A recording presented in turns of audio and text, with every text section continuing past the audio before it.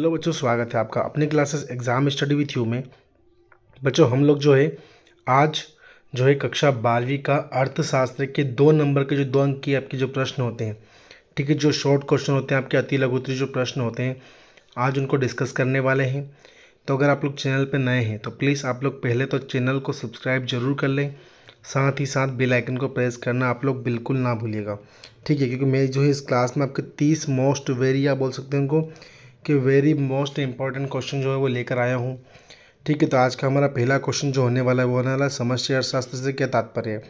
तो समष्टि अर्थशास्त्र से कार्य, समष्टि अर्थशास्त्र आर्थिक संपूर्ण ज्ञान की वह शाखा है जो अर्थव्यवस्था, उद्योग से संबंधित बड़े योग और उपलब्धियों का ज्ञान, उनका व्यवहार एवं समुच्चय ज्ञान की पढ़ाई होती है। मतलब हम बोल सकते हैं कि यार हम लोग समष्टि अर्थशास्त्र के अंतर्गत संपूर्ण चीज़, संपूर्ण अर्थव्यवस्था, ठीक है, बड़े बड़े उद्योग, ठीक है, बड़े बड़े योग, मतलब ठीक है, जो बड़े बड़े मात्रा में होते हैं जो उनके व्यवहारों का अध्ययन किस में करते हैं हम लोग, तो समष्टि अर्थशास्त्र के अंतर्गत हम लोग करते हैं। अगला क्वेश्चन क्या है, आर्थिक समस्या क्या है, यह क्यों उत्पन्न होती है। तो अर्थव्यवस्था की आर्थिक समस्याओं का संबंध आवंटन की समस्या से, आवंटन मतलब क्या होता है, बांटना होता है, मतलब बांटने की समस्या से होता है, ठीक है। साधन सीमित है, मतलब हमारे पास जो वस्तु है वो क्या है, सीमित है, एवं आवश्यकता असीमित है, मतलब जो हम लोगों की आवश्यकता जो है ना, जो हमारी मांग है वो क्या है, असीमित, अनगिनत मांग है हम लोगों की। यही कारण है कि दुर्लभ संसाधनों के उपयोग में चुनाव की समस्या जन्म लेती है। मतलब क्या होता है, मान लीजिए कि दो वस्तु एक जैसी है, ठीक है, तो हम लोगों को सबसे बड़ी समस्या हम लोगों के सामने ये होती है कि हम दोनों में से किसका एक का चुनाव करना पड़ेगा हम लोगों को। दोनों का चुनाव हम लोग कर नहीं सकते, ठीक है। जिसमें साधनों के वैकल्पिक उपयोग के संसाधनों का कुशलतम अधिकतम उपयोग किया जा सके। मतलब हमको उन दोनों वस्तुओं से कोई एक वस्तु ही चुननी है जिसकी हमसे संतुष्टि प्राप्त हो सके और वो हमारे लिए अधिक उपयोगी है, ठीक है। उसके बाद क्या बोल रहा है, देखिए बेटा कि आर्थिक समस्या इसलिए उत्पन्न होती है क्योंकि प्रोफेसर रॉबिन्स के अनुसार मानव की इच्छाएं एवं आवश्यकताएं अनंत एवं असीमित है। मतलब प्रोफेसर रॉबिन्स बोलते हैं कि जो मनुष्य की इच्छा है और मनुष्य की जो मांग है, जो आवश्यकता है, वो अनगिनत या असीमित है, मतलब उनकी कोई सीमा नहीं है। कौन बोलते हैं, प्रोफेसर रॉबिन्स बोलता है, ठीक है। अगला क्वेश्चन देखते हैं हम लोग, थर्ड वाला क्या है कि दुर्लभता की केंद्रीय समस्याओं की जननी है, स्पष्ट कीजिए। यह कथन अक्षरशः सही है, मतलब वर्ड टू वर्ड जो है वो राइट है कि साधनों की दुर्लभता है, परंतु इन दुर्लभ साधनों में से किनका चयन किया जाए यह समस्या जन्म लेती है। मतलब बाजार में या हम लोग बोल सकें कि भैया विश्व में अनेक सामान है, एक किस्म के अनेकों वस्तु मिल जाएगी हम लोग को, परंतु उनमें से चयन किसका करें हम लोग, ठीक है। ये हम लोग के सामने जो है मेन समस्या या मूलभूत समस्या है। तो हम लोग देखते हैं दुर्लभता की चयन की समस्या का मूल कारण है कि ये संसाधन दुर्लभ है परंतु इनका वैकल्पिक उपयोग किया जा सकता है। मतलब संसाधन जरूर दुर्लभ है परंतु हम एक वस्तु की बजाय दूसरी वस्तु का उपयोग हम लोग कर सकते हैं। इन संसाधनों से अधिकतम संतुष्टि प्राप्त करने के लिए व्यक्ति एवं समाज को साधनों के प्रयोग का चयन करना पड़ता है। मतलब कौन सा व्यक्ति और किस समाज के लिए कौन सा साधन आवश्यक है, कौन से अनिवार्य साधन होता है, उनका हमको चयन करना पड़ता है। इसीलिए ऐसा कहा जाता है कि दुर्लभता ही केंद्रीय समस्याओं की जननी है, ठीक है। अगला क्वेश्चन देखते हैं, क्वेश्चन नंबर 4 क्या बोल रहा है, सकारात्मक आर्थिक विश्लेषण क्या है, समझाइए।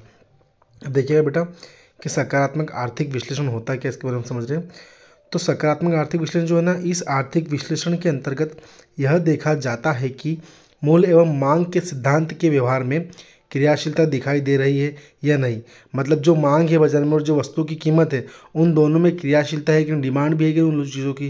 वरना मान लो कोई कंपनी, मान लो कि यार बिस्किट बनाई जा रही है और उनकी मांग नहीं है, तो क्या बाजार में वो बिक पाएगी, नहीं बिक पाएगी ना, या नहीं। अर्थात मूल्य के बढ़ने से मांग की मात्रा कम हो रही है या नहीं, तथा मूल्य के घटने से मांग की मात्रा में वृद्धि होती है या नहीं। यही सकारात्मक आर्थिक विश्लेषण कहलाता है। मतलब हम लोग देखते हैं क्या होता है बाजार में कि किसी वस्तु की अगर बिक्री कम हो जाती है, किसी वस्तु का अगर मान लीजिए कि हम लोग बोल सकते हैं कि कोई उपभोक्ता द्वारा क्रय करने की शक्ति कम हो जाती है, खरीदने की शक्ति कम हो जाती है, तो जो वस्तु उसका मूल्य गिरा दिया जाता है, ताकि उससे क्या होगा कि उस वस्तु को जो है वो मांग बढ़ जाए, ठीक है, उपभोग करने की प्रवृत्ति जो है उपभोक्ता में बढ़ जाए, किसकी, उस वस्तु की, ठीक है। फिर अगला क्वेश्चन देखते हैं, अगला क्वेश्चन क्या है हम लोगों का, समझिएगा बेटा। अगला क्वेश्चन बोल रहा है कि आदर्शात्मक आर्थिक विश्लेषण से आप क्या समझते हैं। तो इस आर्थिक विश्लेषण में यह देखा जाता है कि जिन विधियों एवं तकनीकों का प्रयोग किया जाता है उसका प्रभाव समाज या अर्थव्यवस्था पर अच्छा पड़ रहा है या बुरा। मतलब जो तकनीकी जिन साधनों का हम उपयोग कर रहे हैं वह साधन हमारे समाज, हमारे व्यक्तित्व के लिए सही है या बुरे हैं। उदाहरण के लिए मादक पदार्थों की मांग को समाज हित में कम करने के लिए इन वस्तु पर करारोपण अधिक किया जाता है। मतलब पेय पदार्थ जो होते हैं ना, जो हानिकारक होते हैं हमारे स्वास्थ्य के लिए, उन पर अधिक मात्रा में टैक्स लिया जाता है, ठीक है। आदर्शात्मक आर्थिक विश्लेषण सत्य असत्य उचित अनुचित पर आधारित होता है। ठीक है, कौन सी चीज़ हमारे लिए सही है और कौन सी हमारे लिए सही नहीं है, उन पर आधारित होता है कौन, आदर्शात्मक आर्थिक विश्लेषण। ठीक है बेटा, अब छठा क्वेश्चन देखते हैं। छठा क्वेश्चन क्या बोल रहा है भैया, छठा क्वेश्चन बोल रहा है हम लोग को उत्पादन संभावना वक्र की मान्यताएं लिखिए। तो उत्पादन संभावना वक्र की प्रमुख मान्यताएं निम्न प्रकार है। अर्थव्यवस्था में उपलब्ध साधनों की मात्रा निश्चित है, मतलब जो साधन हमको दिए गए उनकी मात्राएं क्या है, फिक्स है, मतलब कि निश्चित है। सेकंड पॉइंट क्या बोल रहा है, संसाधनों का पूर्ण एवं कुशलतम प्रयोग आवश्यक है, मतलब जो वस्तु हमारे पास पर्याप्त है उनका हमको बिल्कुल विवेकपूर्ण तरीके से या समझदारी से उनका हमको उपयोग करना चाहिए। ठीक है, थर्ड पॉइंट क्या बोल रहा है कि उत्पादन की तकनीकी अर्थव्यवस्था में दी हुई होती है, कि हमको किसी वस्तु का कैसे उत्पादन किया जाए इसकी तकनीकी हम लोग को अर्थव्यवस्था द्वारा सिखाई जाती है, बताई जाती है ना। फिर अगला क्या बोल रहा है बेटा, चौथा पॉइंट कि अर्थव्यवस्था में केवल दो वस्तुओं का ही उत्पादन हो रहा है, ऐसा यह नियम मानता है। ये क्या बोल रहा है कि भैया उत्पादन संभावना वक्र कि अर्थव्यवस्था में केवल दो वस्तु ही बनाई जाती है, ऐसा ये उत्पादन संभावना वक्र बोलता है या बताता है। ठीक है, फिर लास्ट पॉइंट क्या बोल रहा है कि उपलब्ध संसाधनों की कुशलता सभी वस्तुओं के उत्पादन में एक समान नहीं होती। सही बात है, हम लोग किसी वस्तु की आवश्यकता आधी होती है तो किसी वस्तु की आवश्यकता कम मात्रा में होती है, तो हम उसको एक समान उपयोग कर नहीं पाएंगे ना। ठीक है, फिर क्वेश्चन नंबर 7 क्या बोल रहा है कि अर्थव्यवस्था की उत्पादन संभावनाओं से आपका क्या अभिप्राय है। तो किसी अर्थव्यवस्था में आवश्यकता के अनुरूप एवं उपलब्ध संसाधनों के आधार पर संयोगों को निर्धारित होता है, मतलब किसी भी अर्थव्यवस्था में जहाँ तक उत्पादन होना है वो एक निश्चित होता है, एक आंकड़ा हमको दिया होता है, डाटा हमको दिया हुआ होता है। जिन दो वस्तुओं के संयोग को चुना जाता है वही अर्थव्यवस्था के उत्पादन की संभावना कहलाती है। हमको मतलब मान लीजिए दो वस्तु दी हुई है, हमको बताया गया है भैया कि हमको मान लीजिए क्या दो पेन दिए हम लोग को, एक ब्लू का दिया एक ब्लैक का दिया, उन दोनों का उत्पादन हमको किस सीमा तक करना है। ठीक है, तो हम क्या बता रहे हैं भैया कि 100 पेन हमको ब्लू के बनाने हैं और 150 पेन जो है हमको ब्लैक के बनाने हैं, तो हमने एक संभावना बता दी, वही अर्थव्यवस्था के उत्पादन की संभावना कहलाती है। यह उत्पादन संभावना वक्र से निर्धारित होता है। ठीक है, आया समझ भैया, ये किसके द्वारा निर्धारित होता है, तो उत्पादन संभावना वक्र के द्वारा निर्धारित होता है। सीमांत उत्पादन संभावना किसे कहता है, तो सीमांत उत्पादन संभावना से अभिप्राय उस लागत से है जो एक अतिरिक्त इकाई उत्पादित करने की अवसर लागत है। अंतिम वस्तु की लागत की संभावना सीमांत कहलाती है। मतलब हमने मान लीजिए कोई वस्तु ले ली, उसमें मान लीजिए कुछ मात्रा में हमारी आवश्यकता और अधिक बढ़ गई, मान लीजिए वहाँ पर देखने के बाद वस्तु को देखने के बाद क्या होता है कि कोई कोई वस्तु ऐसी होती है कि मान लीजिए हम लोग बाजार गए आलू लेने के लिए। ठीक है, हम आलू हमको अच्छे कम रेट में मिल गए, तो हमने क्या किया भैया, थोड़े से आवश्यकता से अधिक खरीद लिए, तो वहाँ पे क्या हो गया भैया, तो वहाँ पे भैया हम देखते हैं कि सीमांत उत्पादन हो गया। क्या हो गया वहाँ पे कि अंतिम वस्तु की लागत की संभावना सीमांत कहलाती है। मतलब आवश्यकता से अधिक हमने खरीद लिया तो वहाँ पे कौन सा लागत हो गया, तो सीमांत उत्पादन संभावना वक्र हो गया वहाँ पे, है ना। फिर अगला क्वेश्चन क्या बोल रहा है, क्वेश्चन नंबर 9 क्या बोल रहा है कि मांग का नियम क्या है। मांग के नियम का अर्थ मांग का यह नियम यह बताता है कि मूल्य और वस्तु की मांगी गई मात्रा में विपरीत संबंध होता है। सही बात है, मूल्य और वस्तु दोनों के बीच में विपरीत संबंध होता है। कैसे, वस्तु का मूल्य कम होगा तो मांग बढ़ेगी और वस्तु का मूल्य बढ़ेगा तो मांग कम होगी। फिर से सुनना, वस्तु का मूल्य बढ़ेगा तो मांग कम होगी और वस्तु का मूल्य घटेगा तो मांग बढ़ेगी। अब आया समझ में आपको। ठीक है, उसके बाद क्या, दूसरे शब्दों में वस्तु की कीमत में वृद्धि होने पर मांग घट जाती है तथा वस्तु की कीमत आने पर मांग बढ़ जाती है, मतलब कमी आने पर मांग बढ़ जाती है। ठीक है, हमने समझा भैया इसको। चलो अब अगला क्वेश्चन देखते हैं। क्वेश्चन नंबर 10 क्या बोल रहे हैं हम लोग का कि पूरक वस्तुएं क्या होती है। तो पूरक वस्तुएं वे वस्तु होती है जिनका उपयोग एक के स्थान पर दूसरे का उपयोग हम लोग जो है कर लेते हैं, किया जाता है। जैसे डबल रोटी व मक्खन, ठीक है, वह कार व पेट्रोल, ठीक है, पेन व स्याही इत्यादि। अगर इनमें से किसी भी वस्तु की कीमत में वृद्धि हो जाती है तो इसके फलस्वरूप दूसरी वस्तु की मांग घट जाती है। सीधी सी बात है, हम लोग ये बोल रहे हैं भैया कि मान लीजिए कार अगर हम लोग लाए, ठीक है, तो भैया उसमें क्या हमको पेट्रोल डालना अनिवार्य होगा। तो मतलब हम लोग कार अगर लाए हैं तो उसमें हमको पेट्रोल डीजल इलेक्ट्रॉनिक भी है, तो हमको उसमें जो भी लगती है चीज़ें उन चीज़ों का होना अनिवार्य होती है। मतलब एक के बिना हम दूसरे की कल्पना नहीं कर सकते कुल मिला के। ठीक है, तो उनको क्या बोलते हैं, पूरक वस्तुएं बोलते हैं हम लोग। अगला क्वेश्चन देखते हैं। क्वेश्चन नंबर 11 क्या बोल रहा है बेटा कि मांग की लोच क्या है। तो मांग की लोच का अर्थ है कि मांग की लोच मूल्य एवं मांगी गई मात्रा के बीच पारस्परिक संबंध की मात्रा को बताती है। मतलब किसी वस्तु का मूल्य कितना और उसकी मात्रा कितनी है, उसको कितनी डिमांड है बाजार में, उन दोनों के बीच में संबंध को बताता है। तो मांग की कीमत लोच बताती है, मांग की लोच बताती है। ठीक है, मांग की लोच वह दर है जो मूल्य में परिवर्तन के साथ वस्तु की मांगी जाने वाली मात्रा में भी परिवर्तन को बताती है। फिर अगला क्वेश्चन देखते हैं। क्वेश्चन 12 क्या बोल रहा है कि अधिक लोचदार मांग से क्या आशय है। जब किसी वस्तु की मांगी गई मात्रा में परिवर्तन उसके मूल्य में परिवर्तन की तुलना में अधिक अनुपात में होता है तो उस वस्तु की मांग को लोच अधिक बेलोचदार कहता है या अधिक लोचदार उसको कहा जाता है। ठीक है, क्या बोल रहे हैं, देखो सुनना बेटा, सीधी सी बात, इजी बोल रहा है वो कि किसी वस्तु की मांगी गई मात्रा में परिवर्तन उसके मूल्य में परिवर्तन की तुलना में अधिक हो, उनके उसके मूल्य के जो उस वस्तु का मूल्य है उसकी तुलना में अधिक हो गया परिवर्तन उसमें, ठीक है, तो उस वस्तु की मांग की लोच अधिक लोचदार होगी। आया समझ में आपको। अगला क्वेश्चन क्या है 13वां, कि पूर्णतया बेलोचदार मांग किसे कहते हैं? जब किसी वस्तु के मूल्य में बहुत अधिक परिवर्तन हो जाता है, आवश्यकता से अधिक, ठीक है, परिवर्तन हो गया, तो उसकी मांग में कोई परिवर्तन नहीं होता तो उसे पूर्णतः बेलोचदार मांग कहते हैं। क्या कहते हैं उसको? पूर्णतः बेलोचदार मांग उसको हम कहते हैं। मतलब किसी वस्तु के मूल्य में बहुत अधिक परिवर्तन हो गया परंतु उसकी मांग में कोई परिवर्तन नहीं हुआ तो उसको हम लोग बोलते हैं पूर्णतः बेलोचदार मांग कहते हैं उसको हम लोग, ठीक है। फिर अगला क्वेश्चन देखते हैं, क्वेश्चन नंबर 14, ठीक है, कि स्थानापन्न वस्तु क्या होती है? स्थानापन्न मतलब एक वस्तु को छोड़कर हम किसी दूसरी वस्तु को हम लोग उसका उपयोग कर लेंगे, उसको बोलते हैं स्थानापन्न वस्तुएं।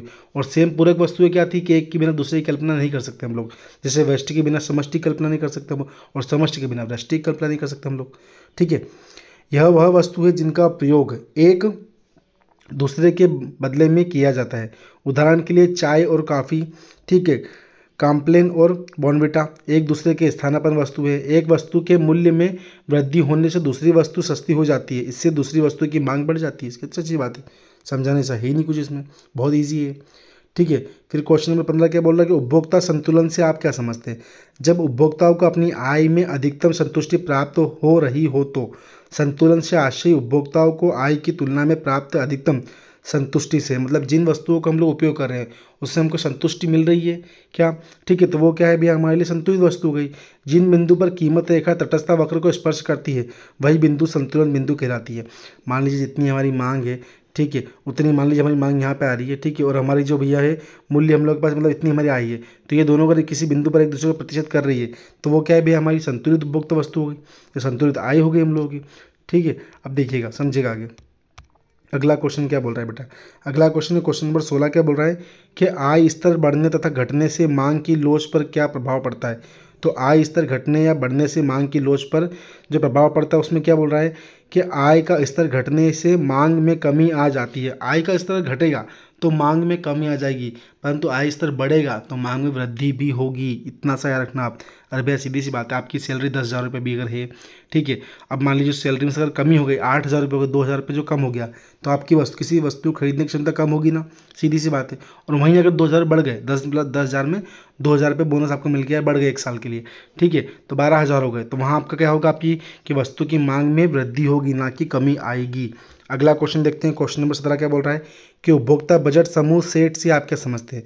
तो उपभोक्ता द्वारा अपनी आय से प्रचलित बाजार मूल्य पर दो वस्तुओं के उन सभी बंडलों को क्रय करने की क्षमता ही बजट सेट या बजट समूह कहलाती है। इस प्रकार बजट सेट उन सभी बंडलों का समूह होता है जिन्हें वर्तमान बाजार कीमतों पर कोई उपभोक्ता खरीद सकता है।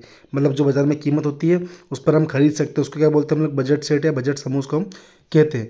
अगला क्वेश्चन देखते हैं, क्वेश्चन नंबर 18 क्या बोल रहा है बेटा कि बजट रेखा किसे कहते हैं? बजट रेखा का आशय उस रेखा से है जिस पर उपभोक्ता अपनी संपूर्ण आय को सभी बंडलों पर व्यय कर देता है। मतलब हम लोग क्या करते हैं, सुनिएगा, आपका घर का बिजली का बिल, नल का बिल, ठीक है, उसके बाद मान लीजिए अदर दवाइयों का खर्चा, ठीक है, राशन का खर्चा, इन सभी ये सब क्या है आपके लिए बंडल हो गया एक तरह से।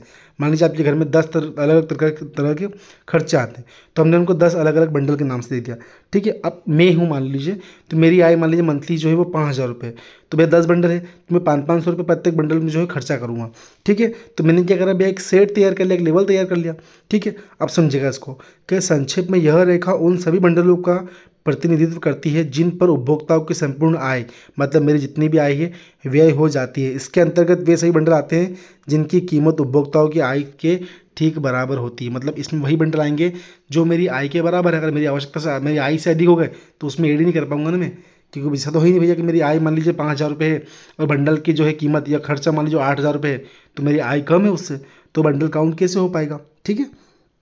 अगला देखते हैं, क्वेश्चन नंबर 19 क्या बोल रहा है बेटा कि उदासीनता वक्र क्या है? तो उदासीनता वक्र जो है वो क्या बोल रहा है, अनादिमान वक्र है। क्या होता है उदासीनता वक्र या तटस्थता वक्र जो होता है ना, अनादिमान वक्र होता है जिसके विभिन्न बिंदुओं दो वस्तुओं के ऐसे संयोगों को दर्शाते हैं जो उपभोक्ताओं को समान संतुष्टि प्राप्त करते हैं। मतलब एक जैसी संतुष्टि जो है प्राप्त करते हैं उसको क्या बोलते हैं? उदासीनता वक्र हम उसको कहते हैं।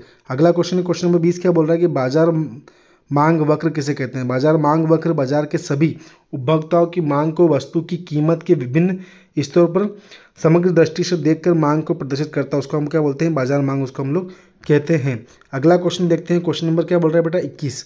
देखो 30 क्वेश्चन करेंगे, इसको हम ज़्यादा क्वेश्चन नहीं करेंगे, मेरे को पता है आप ज़्यादा बड़ी क्लास देखते नहीं हो, और बहुत सारे बच्चे जैसे जो पूरी क्लास देखते भी नहीं है। ठीक है, क्वेश्चन नंबर 21 जो है, शून्य मांग की लोच से आपका क्या समझते हैं? जब कीमत में परिवर्तन होने पर मांग में कोई परिवर्तन नहीं होता तो उसे शून्य मांग की लोच अथवा पूर्णतः बेलोचदार मांग कहते हैं। हम आगे पढ़ चुके हैं कि कीमत में चाहे कितना ही परिवर्तन हो जाए, परंतु मांग अगर एज इट इज़, मतलब जैसी पहले थी वैसी अभी भी है, तो उसे क्या बोलेंगे हम लोग? शून्य मांग या पूर्णतः बेलोचदार मांग, उसको हम कहते हैं। अगला क्वेश्चन है क्वेश्चन नंबर 22। बाजार मांग वक्र किसे कहते हैं? बाजार मांग वक्र क्या होता है? सुनिए भैया, कि बाजार मांग वक्र अन्य बातें समान रहने पर विभिन्न कीमतों पर उपभोक्ता द्वारा एक वस्तु की खरीदी गई मात्रा को दर्शाता है। कौन? बाजार मांग वक्र जो है वो एक उपभोक्ता द्वारा बाजार में से जो है विभिन्न प्रकार की वस्तुएं खरीदी गई उन सभी के बीच संबंध को दर्शाता है। कौन? बाजार मांग वक्र। भैया हम बाजार में जाते हैं अनेक प्रकार की वस्तुएं लेके आते हैं ना भैया, हम मान लीजिए सेम फल लेके आए खाने के लिए, सेव लेके आए हम लोग मान लीजिए, ठीक है, हमारा मेडिसिन लेके आए हैं, हम लोग सब्जी लेके आए हैं, ठीक है, तो ये सब क्या अलग अलग प्रकार की वस्तु है, तो इसकी इन सब के बीच संबंध को बताता है, तो बाजार मांग वक्र इन सभी के बीच में संबंध को दर्शाता है। ठीक है, अगला क्वेश्चन है क्वेश्चन नंबर 23 कि गिफिन वस्तुएं क्या होती है अथवा अर्थशास्त्रियों में घटिया वस्तु का क्या अर्थ है? अर्थशास्त्र में घटिया वस्तु का क्या अर्थ है? तो घटिया वस्तु वह वस्तु होती है जिनकी मांग उपभोक्ताओं की आय बढ़ने से घट जाती है। सीधी सी बात है, जैसे मान लीजिए हमारी आय, मेरी आय मान लीजिए पहले 5,000 रुपये, मैंने आपको एग्जाम्पल दिया था अभी, तो मेरी आय अगर 10,000 रुपये हो गई, तो जहाँ मैं मान लीजिए कि यार कम गुणवत्ता वाली वस्तुएं खरीद रहा था, वहाँ मैं अब अधिक गुणवत्ता वाली वस्तुएं खरीदूँगा। गुणवत्ता मतलब क्वालिटी वाली, ठीक है, क्यों? क्योंकि मेरी आय बढ़ चुकी है। ठीक है, तो घटिया किस्म की वस्तु कुछ नहीं होती, सीधी सी बात है, जो है व्यक्ति है ना, उसकी आय बढ़ने से जो उसकी उपभोग करने की प्रवृत्ति है, किसी वस्तु को प्राप्त करने की जो प्रवृत्ति है, उसमें परिवर्तन जो आता है ना, ठीक है, उसके द्वारा हम लोग क्या करते हैं? जिन वस्तुओं को पीछे छोड़ते हैं, ठीक है, जो वस्तु मान लीजिए कि यार हम लोग पहले हम लोग क्या करते थे भैया कि जो है भैया सोयाबीन का तेल यूज़ करते थे घर में, आज हम मूंगफली का तेल यूज़ करने लग गए। क्यों? भैया हमारी आय कम थी तो हम लोग सोयाबीन का तेल यूज़ करते थे, हमारी आय बढ़ गई तो हमने मूंगफली का तेल यूज़ करना स्टार्ट कर दिया घर में रसोई में। ठीक है, तो घटिया किस्म नहीं बोल सकते हम उसको, ये बोलते हैं कि जिन वस्तुओं को हम पीछे छोड़ के आए ना, उनको जो है गिफिन ने घटिया वस्तुओं का नाम दे दिया है। जिनकी मांग उपभोक्ता की आय बढ़ने से घट जाती है तथा आय में कमी आने पर इन वस्तुओं की मांग बढ़ जाती है। जैसे ही मेरी आय बढ़ेगी, कम होगी, मैं वापस जो है मूंगफली से मैं वापस सोयाबीन के तेल पे आ जाऊँगा। ठीक है, जैसे गुड़ व मोटा वस्त्र आदि। ठीक है, एक एग्जाम्पल दिए इन्होंने। चलो आगे बढ़ते हैं, क्वेश्चन नंबर देखते हैं हमारा 24 वाला। कीमत प्रभाव किसे कहते हैं? वस्तु की कीमतों में परिवर्तन के फलस्वरूप क्रय शक्ति में परिवर्तन के कारण वस्तुओं की इष्टतम मात्रा में जो परिवर्तन होता है उसे कीमत प्रभाव कहते हैं। मतलब वस्तु जो कीमत वस्तु है उसकी कीमत में अगर उतार या चढ़ाव आता है तो उसमें जो परिवर्तन होगा उसको हम बोलते हैं कीमत प्रभाव। बहुत ईजी क्वेश्चन है, बहुत ईजी क्वेश्चन है। चलो अगला क्वेश्चन है क्वेश्चन नंबर 25। एक दिष्ट अधिगम से आप क्या समझते हैं? एक दिष्ट अधिगम जो है वो उपभोक्ता किन्हीं दो बंडलों में से उस बंडल को अधिमान देता है जिसमें इन वस्तुओं में एक से कम एक वस्तु की अधिक मात्रा हो। मतलब मान लीजिए एक बंडल मेरे पास हो गया मान लीजिए 5 का, मतलब देखिए आपके लिए एग्जांपल देता हूँ सीधा। मेरे पास एक बंडल में 5 ब्लू के पेन है और एक बंडल में 7 ब्लू के पेन है। ठीक है, तो मैं उसको महत्व दूंगा जिसमें संख्या अधिक मात्रा में है। ठीक है, अब सुनना। और दूसरे बंडल की तुलना में दूसरी वस्तु की भी कम मात्रा न हो। अधिमानों में इस प्रकार को एक दिष्ट अधिगम कहा जाता है। मतलब मैंने किसी एक को त्याग कर किसी एक को महत्व दिया, मतलब किसी अगले को महत्व दिया। क्यों? क्योंकि उसमें जो था वो बंडलों में संख्या अधिक थी तो मैंने उसको महत्व दिया, तो उसको क्या बोलते हैं हम लोग? एक दिष्ट अधिगम। ठीक है, अगला क्वेश्चन क्या है? क्वेश्चन नंबर 26 के सामान्य वस्तुओं से आप क्या समझते हैं? वे वस्तुएं सामान्य वस्तुएं कहलाती है जिनकी मांग उपभोक्ताओं की आय बढ़ने पर बढ़ती है तथा आय घटने पर कम हो जाती है। उसे हम क्या बोलते हैं? सामान्य वस्तुएं। वे वस्तुएं कहलाती है सामान्य वस्तु। ये वस्तु होती है जो अगर हमारी आय बढ़ेगी तो हम अधिक मात्रा में खरीदेंगे और आय कम होगी तो उनको हम कम मात्रा में खरीदेंगे। सीधी सी बात में क्या बोलते हैं? सामान्य वस्तु, उसको हम कहते हैं। अगला क्वेश्चन है क्वेश्चन नंबर 27। आय मांग का क्या आशय है? आय मांग से तात्पर्य वस्तुओं एवं सेवाओं के उन विभिन्न मात्राओं से हैं जो अन्य बातें समान रहने पर उपभोक्ता एक निश्चित समय में आय के विभिन्न स्तरों पर खरीदने को तैयार रहता है। मान लीजिए मेरी जो है इनकम जो है, मेरी आय जो है वो प्रत्येक माह जो है 20 तारीख को आती है, तो मैं 20 तारीख से लगा कि 25 तारीख के बीच में प्रत्येक वस्तु खरीद सकता हूँ जो मेरी आय के अंतर्गत आती है। ठीक है, अगर मेरी आय के अंतर्गत नहीं आती तो मैं उनको नहीं खरीद पाऊँगा।